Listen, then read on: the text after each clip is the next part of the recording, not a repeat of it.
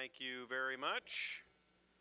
And we have here in person Mark Earley and Tena Pate. And we have telephonically, hopefully, Alan Williams, who was recently at the, I believe he was at the convention, is that right, in Philadelphia. So we have him on the line. I feel a little bit like a radio talk show host here. Okay, well, Alan can hear us, but I think you're going to have to hold that right up by the mic. Alan, are you there? Yeah. Do you have it on speaker? Yes, I do. All right, say it again. How you doing, Skip? I'm here. Okay, can you hear that in the audience? Okay, a little bit. All right. Hey, Alan, we heard that. And we're going to get started here, and we'll start with you since you're to my most immediate left. What are your qualifications for this office?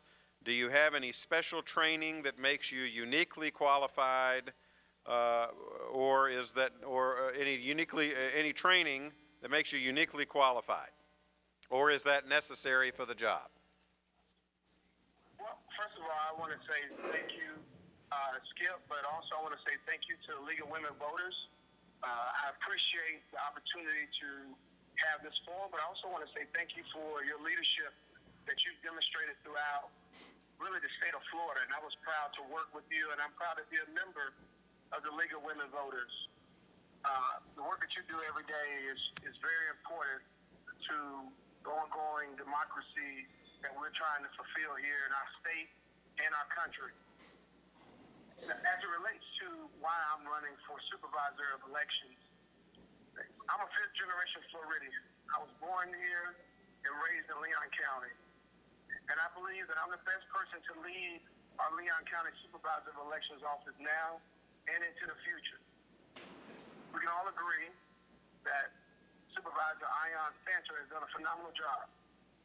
And I will tell you, ever since he took office when I was in 8th grade up until now, he's done a phenomenal job.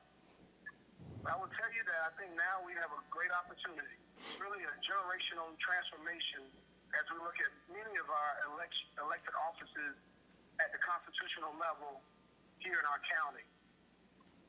As our state and nation continue to fight against voter fraud and voter ID laws, I think we need a proven leader in the Leon County Elections Office that will continue to fight against strict voter requirements, limited voting opportunity.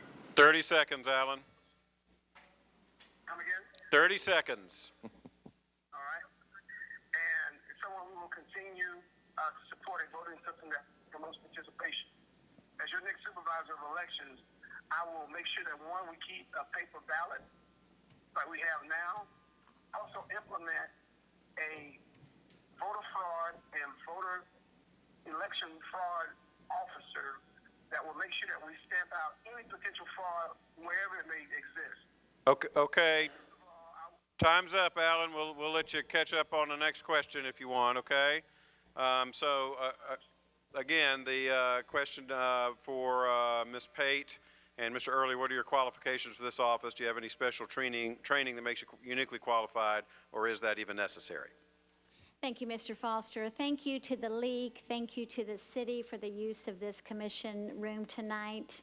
Thank you to Mr. Sancho. What an incredible career he has had in our community. He has done a great job.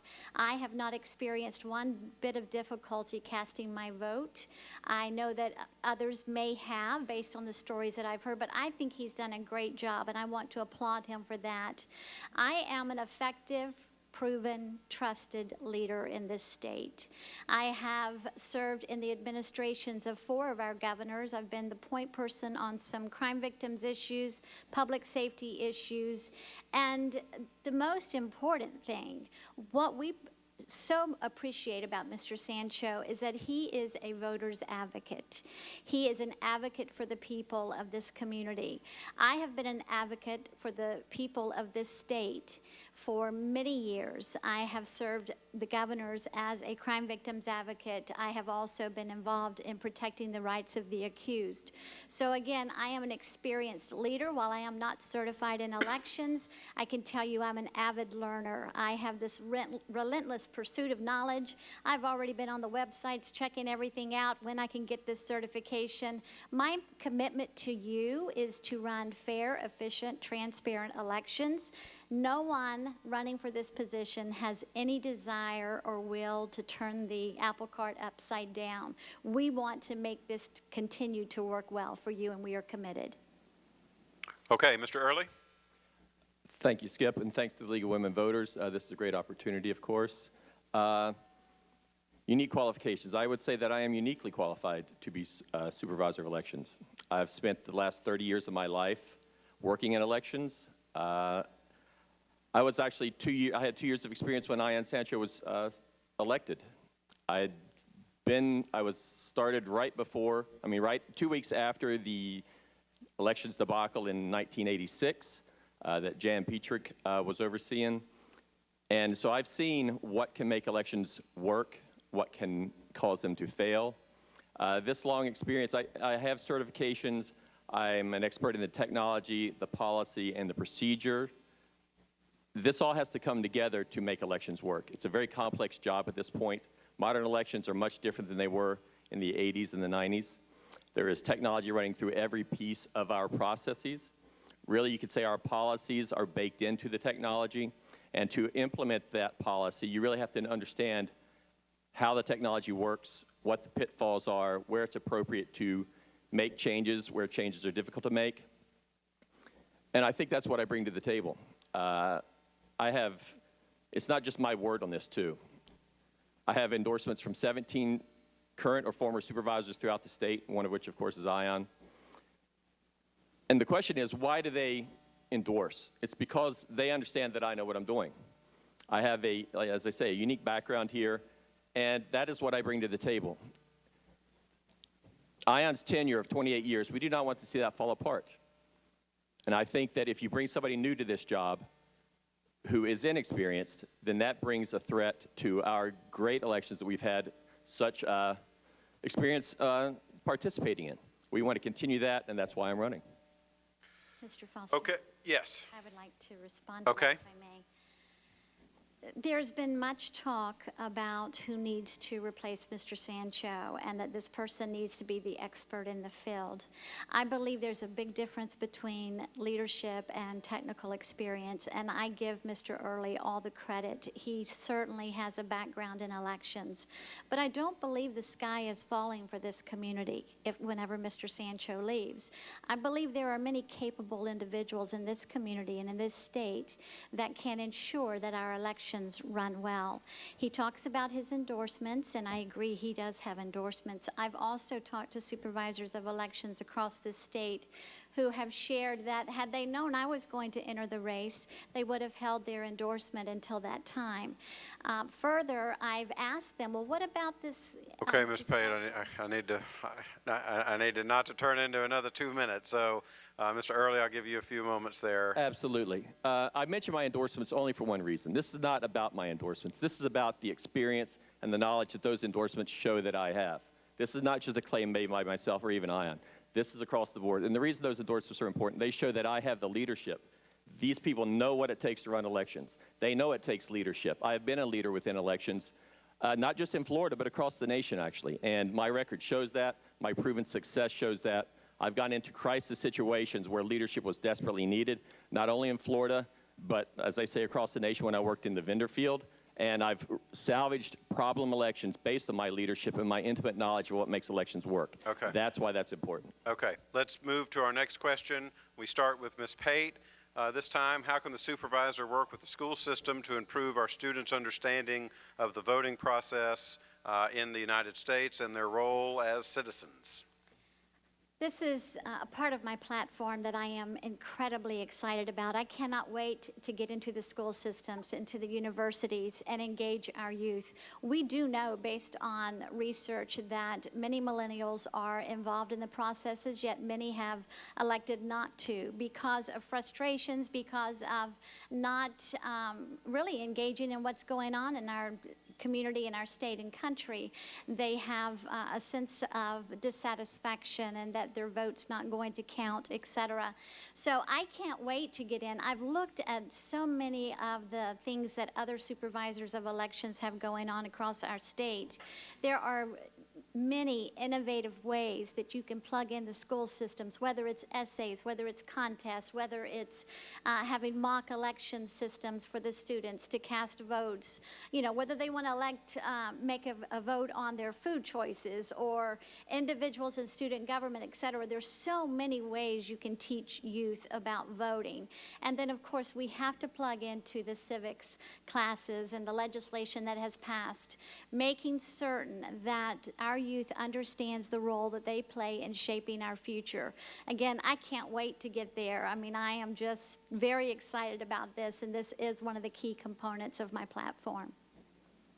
Mr. Earley? Could you repeat this question? Sure. How can the supervisor work with the school system to improve our students' understanding of the voting process and their role as a citizen? Okay, voter education is a very important part of this job. Currently, we offer free elections to every school that requests it. We play a big part in that. We use the actual voting equipment that we use on Election Day. And coupled with that, we do voter outreach in the high schools to get people registered. The students who are 16 and older, you can pre-register for elections, for voting. That is, we think, an important component. But really, the civic aspect of that, we have great turnouts in elections, but it can be much better. And in the primary elections, that's one of the lowest turnouts we have. I think what that requires is better education amongst the students and the population at large as to the importance of local offices and the fact that local offices are very frequently decided in the primary elections. So that needs to be more of an emphasis placed on that. I think that is something we have potentially been lacking on, and I think I definitely pledge to improve on that. Our participation in elections is great, but it can be greatly expanded, and the key way to do that is through voter education.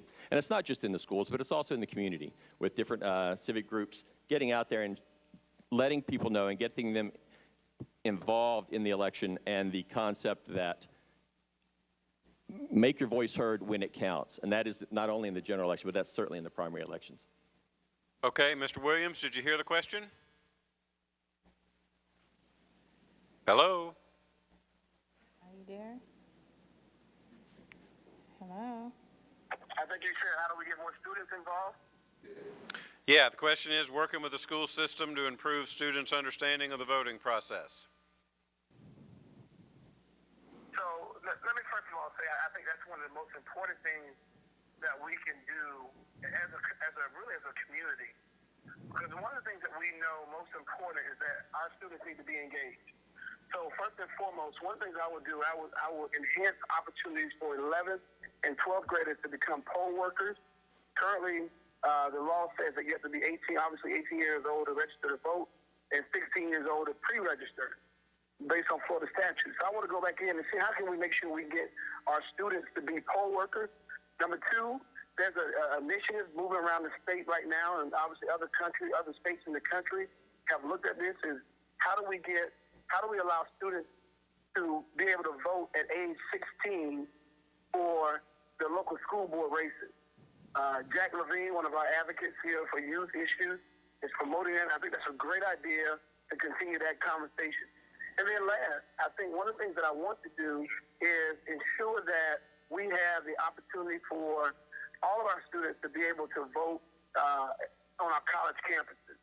And so as we do that, I think we will engage them in a way that they haven't been done before. Most recently, the Grand Ballroom precinct was closed. And I appreciate what Supervisor Sancho was able to do to get it back open. But that's one of the things that we have to do. We have to find more opportunities, more ways to engage a very mobile and very tech-friendly group of individuals in our youth. And that's some of the things I will do to enhance the opportunities for our young folks to get involved with our process. And Skip, let me add this. One of the things I think that we have in our community, is Cascades Park. And I've already begun conversations with other groups to figure out how can we do, if you will, a voter palooza, where just sort of like what we have now with different groups, but have a way that we can get our music industry, our music community engaged with folks who want to vote. Okay, time's up, Alan. Time's up, sorry. Online voter registration. Time's up. Time is up. He doesn't have the benefit of the stop sign, so tough to do that. All right, let's see. I think we're to Mr. Earley, and this is really two related questions. So we're just talking about the kind of children in our community. Now let's talk about the grown-ups. What would you do to improve voter registration and voter turnout and education? And you know, again, everybody wants to do better here. So what specifically would you propose that would increase our turnout numbers in this community? Starting with Mr. Earley and then Mr. Williams. Thanks, Skip. I think I've touched on some of that.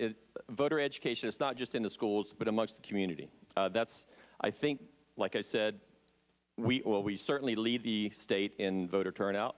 We're either at the top or in the top two generally. 2014, I think we're in the top 5. So I think that shows that we're doing a good job. We're certainly out at every event we can find. We are very open to requests for coming out to get people registered. So I think we do a great job in voter registration. Turnout is the issue here. And so it's not just about educating people about the importance of primary and local elections, but it's also increasing opportunities to vote. In Leon County, we led the way with early voting. We're very proud of that, and that is something we want to further. One thing I've just recently introduced is there's been a statute allowing voting on the Sunday before an election. We have not taken advantage of that in Leon County. We have a fairly small staff, and that has been a problem because of logistics. Recently, though, technical advances allow us to expand voting to that Sunday before an election, and that's what we're doing. In the August primary, we are going to have voting at our branch office site at Appalachia and Capitol Circle on that Sunday from 10 to 6. And then in the general election, we are going to have, at all of our early voting sites, we're going to have voting on the Sunday prior to election. So I think improving opportunities to vote is key. But really, as I say, we have very good turnout here. It's hard to improve on what we've already done, but education and increasing opportunities, that's the basic approach. Okay, Mr. Williams, what do we do to increase voter participation? Thank you so much. And just like we engage our young folks, we have to make sure that our parents and our older population is engaged. And I think going back to talking about engaging our young folks, I think that's one of the early ways that we can get our parents who are not engaged to get engaged. So I think that there's a great way to do that. But also, one of the things I want to look at, and obviously the League of Women Voters, I was proud to stand with you and work with you on passing the online voter registration bill here in the state of Florida, making Florida the 27th state in the union to do so. And it was done in a bipartisan way with Republicans and Democrats. We both worked together, and I was proud to work with my colleagues to do that. But also, we have to, take that and build upon that. And so now that we're, in the iPad world, we're moving out of this typewriter mentality. So we have to embrace that. And I think that's going to be an important next step in voter registration and getting more folks to the polls. Because what happens is when we give them that voter registration card, we're giving them their passport to democracy. And so I'm excited about that opportunity. Also, I want to make sure that we appoint a bipartisan citizen committee to work with the Supervisor of Elections Office to let us know where we're doing good, but also, most importantly, where we're doing wrong and where we can improve. Because I think when we can improve, they will let us know that, and we can take their ideas and make our community even more voter-friendly than we already are. And then last, make Leon County the #1 voter-friendly community for our veterans. And that's why I was so excited to pass the bill this year that allows now the veteran IDs to be used as another form of ID when they go in to cast their vote on Election Day. So Okay. Some of the easy ways I think we can accomplish it. Thank you, Alan. Okay, let's see, Ms. Pate. Yeah, you still hadn't responded to that. That's correct. On January the 7th, when I made my announcement, I said that I wanted to make Leon County the most civically engaged community in this state and in our nation. We are well on our way to becoming just that. We have many wonderful partnerships in this community. I would like to further engage with Village Square, the Mayor's Longest Table Initiative, advancing voter education and awareness issues. I also talked about the need to connect generations at the polls, and this is where we go back to talking about youth and how to get them plugged in and involved.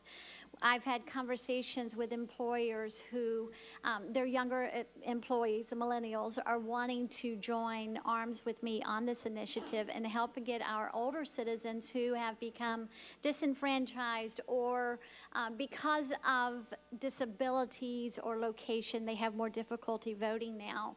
I've had those conversations. I've been in assisted living facilities for the last several weeks, and I've heard so many talk about situations that they have encountered. So connecting these generations, having them provide services to each other, mentoring, et cetera.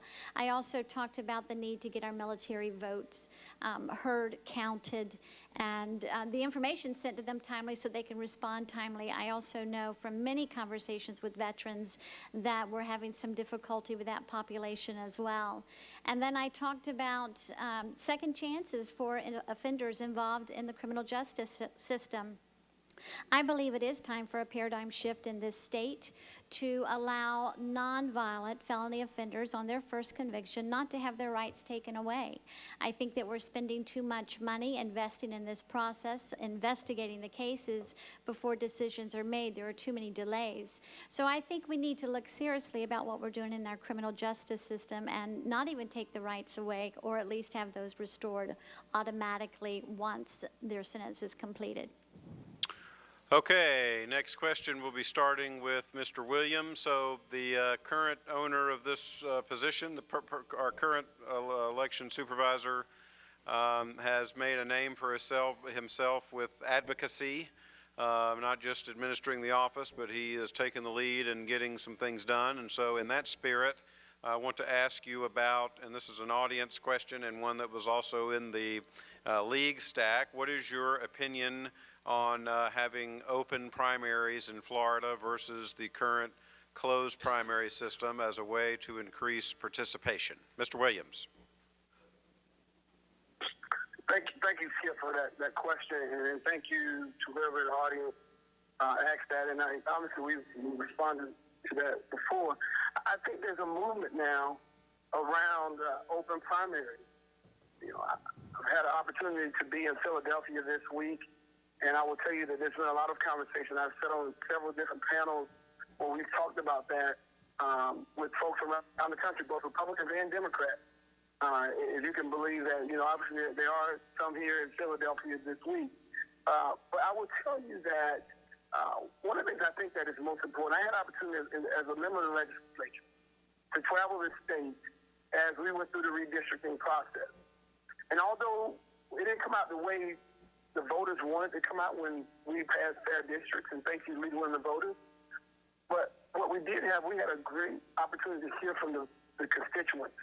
And I think that's where this process must start. I think it's something where the legislature must travel the state, because it's up to the legislature to, you know, obviously amend our laws, but travel the state and hear from the citizens. You know, have hearings with the House and the Senate as a joint committee to hear from the citizens of the state. Right now, obviously, the two parties have not agreed to look at that, but, you know, one great way and one great example is our race. Our race is an open primary. And on August 30th, they're going to have an opportunity to vote and elect the next supervisor of elections that will be able to carry out the advocacy and the strong work that ION has been able to do. And I've been a beneficiary, and I've been a partner in that with Mr. Sancho in the legislature, and so many other supervisors of elections as it relates to online voter registration, early voting hours, which I passed that amendment to give us the most amount of early voting hours, and early voting. Okay, time's up, Alan. Time up. Election day. His proxy is a much better moderator than I am. She just pulls it away from the phone, man. That's it. It's over. Okay, so we are on, Ms. Pate, open primaries. Is that something you would advocate for? I would. I am not about denying access to for individuals to cast a vote. I cannot make this community the most civically engaged community if I don't support having independents or no party individuals be able to vote. I do commit to upholding the law as it is until that is passed, and I am in agreement with Mr. Williams. I do believe it would be a good thing for the legislative body to actually hear from everyone on this issue, but I am not opposed to open primaries. Mr. Earley. I, too, am in favor of open primaries. There's different versions of open primaries, however. Most of the time, I believe, when people talk about open primaries, they're essentially saying that when you go to the polls, you can choose which party's ballot you're going to vote on. I'm not in favor of that type of open primary. I'm in favor of the type of open primary essentially like the Supervisor of Elections office is right now, where it's a nonpartisan race, so that all the candidates from all parties are lumped together. As we saw during qualifying this elections cycle, there's a lot of gamesmanship in how candidates choose which ballot they're going to be on or which ballot they're not going to be on. And even with open primaries, you can have just a Democratic ticket and everybody can either choose to vote in that one, or potentially if there's a weak candidate in the other ticket, they can switch over there with a movement organized by parties to vote in the weaker candidate. And then that weaker candidate, especially if the demographics of the county by party favor one party over the other, that brings the weaker candidate into the general election. I much prefer a nonpartisan type of open primary where all the candidates are grouped together. You move forward into the primary, you can vote for any of the candidates you choose, and then the top two vote getters go on to the general election. So to clarify, for national races, presidential, you would not support NPAs, unaffiliated voters being able to vote in those races? I would support NPAs being able to vote in those races, Okay. Absolutely, yes. But not crossing to the other party. What are I'm not sure I understand your limitation. All the parties would be grouped together on the ballot. Okay. Just like our race is currently in I see. Supervisor elections. Okay, sorry. Just Okay. wanted to clarify that. Okay. Next is Ms. Pate. Do you support online voting? And what would you do to prevent fraud when that occurs? If you support it, what would you do as a fraud prevention tactics? I like to explore innovative ideas. I have concerns about online voting and the security and possible fraud that could result, but I'm not opposed to researching it for specific population groups, whether it's the military or individuals with disabilities. I think it should be limited. I don't believe that as a state we are ready to go to online voting as a whole. I think online registration, which is, we'll have this next year, that's fine, but online voting is something that I think that we should be very careful about if we go there, and if we do go there, it should be for limited population groups. Okay, Mr. Earley. I'm very much against online voting. I've been part of study groups at the national level looking into the technology and whether that is actually a safe proposition or not. One of the models you hear about is online banking, and that if you can bank online, you can vote online. The technology is just not there to make online voting safe. The model of banking, the key point there is that, well, first of all, there's still lots of fraud in online banking. It's just a cost of doing business that the banks, decide is worthwhile, so they don't have to open as many branches. But there's a great amount of fraud there. Online voting is even tougher. With banking, you have your identity follows your transaction throughout the process. Online voting, or voting in general, the first thing we do is we separate the identity of the voter from their vote. That makes it much more difficult to verify the accuracy of the vote online because nobody is there to monitor what's happening. in an early voting scenario or in a scenario where you're voting at the polling place, the voter is actually marking their ballot and feeding it into a voting machine. That cannot be done online. Okay, you can't verify that transaction. And with absentee voting, we have secrecy sleeves and everything, but that's taken apart within our control, and then we tabulate the vote. We do, however, have many opportunities to use the internet. One thing we do is that we deliver ballots to essentially our military voters and their families overseas through UOCAVA voting. It's something we've championed here. Tena mentioned improving opportunities for the military to vote. We were one of the first counties in the state to adopt this pilot project where we do deliver through the internet, based on database and logins, a ballot. The person fills that ballot out, completes it, and mails it back to us. So there are ways to leverage the internet and current technology to speed up the process and bring people into that. You can even vote with ADA voting there, where the machine will mark your ballot, but then you fill it out and send it back in. Okay, Mr. Williams, you're up. Do you support online voting, and what do you do to prevent fraud? All right, thank you, Skip, and hopefully I can make up for some of my time I went over. Since I can't see the timekeeper, I would just say that no, I do not support online voting. I don't believe that we have the ability to secure those votes.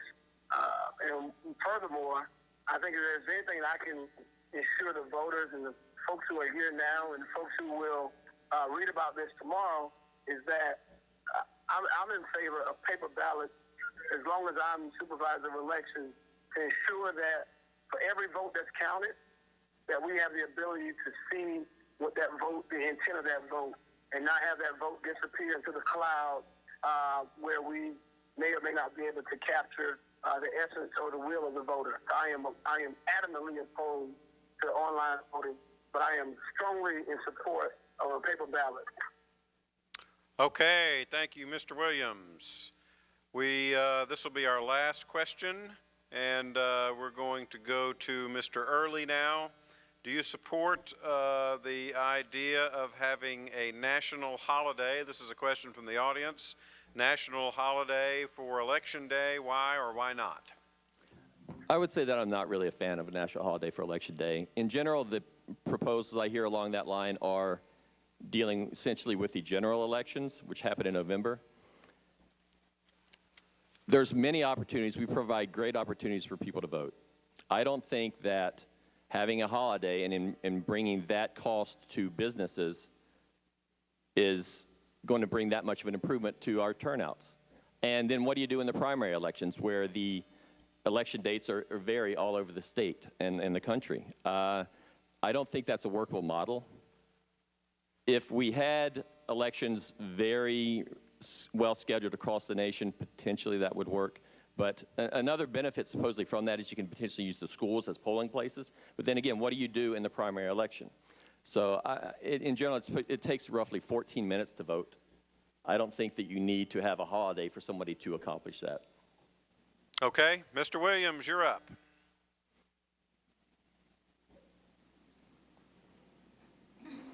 You there, Ellen? Thank you. And as many of you probably have read in my literature, I'm in strong support of an election holiday. As a matter of fact, I'm in such strong support that I supported and sponsored a bill while I was in the legislature that would have created a state holiday in Florida for elections. And one of the reasons why I think it's important is that it gives the voters an opportunity, because a lot of times we hear from voters, I had to work, or I had, this going on. And obviously, there's no excuse for not voting. Obviously, the Democrats did a great story, or had a story about that a few weeks ago, or a few months ago.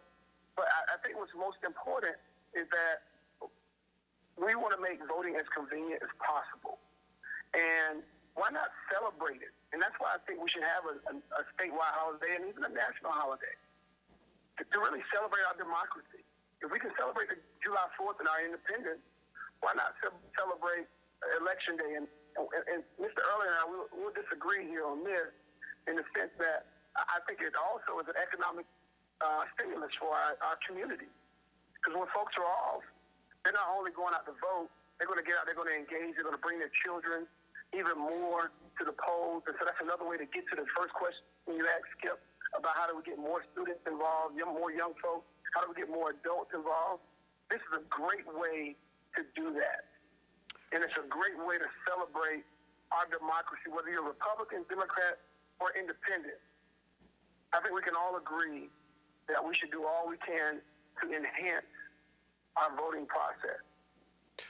Okay, thank you, Mr. Williams. Finally, Ms. Pate. I love the notion. I like the premise behind it, but I don't think that it's necessary. I think that as we build up to the election cycle, we can certainly raise the awareness and enhance and increase civic pride without having a national holiday for it. Okay, thank you very much. That concludes the round of applause comes unprompted.